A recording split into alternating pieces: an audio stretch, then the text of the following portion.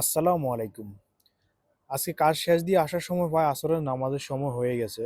পাশে একটা অনেক বড় মসজিদ দেখলাম। তো কেননা কাজ পরে আগে নামাজ পড়তে হবে। তো নামাজ পড়ার জন্য মসজিদের পাশেই থামলাম আমরা। এখন অজু করতে যাব। তো কোন দিকে পুরুষের আবার কোন দিকে মহিলার এটা তো বুঝতে পারতেছি না। কেননা আরবি জানি না লেখা। এখানে কোনো মানুষের ছবিও দেওয়া নাই। তো পাশে আমাদের ওখানে ড্রাইভার আছে, ও তো চেনে কারণ ওদের দেশ। তো ওর সাথে সাথে যাচ্ছি আর কি। যদি সাইনবোর্ডটা যদি মানুষের ছবি দেওয়া থাকতো কোনটা পুরুষ কোনটা মহিলা তাও চেনা যেত আর কি। তো এটা হলো অজুখানা আর কি। দেখে নেন ভিতরটা কত সুন্দর।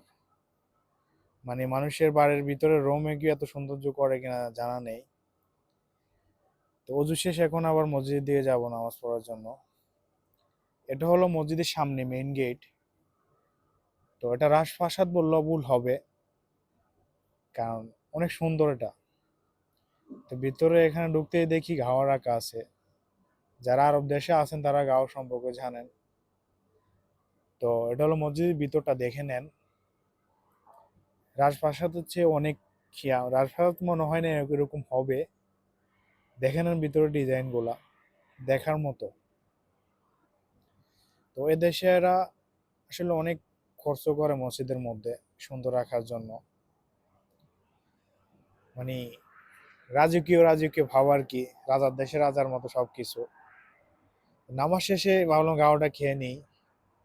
পাশে খেজুরে দেওয়া আছে, তো আগে আমি নিচ্ছি।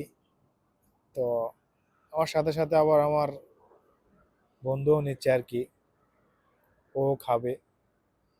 ও আগে খেজুর নিয়ে নিচ্ছে। আমি খেজুর নিই না, কারণ খেজুরগুলো দেখতে মানে একদম মানে কিরকম পুরান মনে হচ্ছে, শুকিয়ে গেছে একবারে। নতুন সিজনের হলে আর কি ভালো হতো।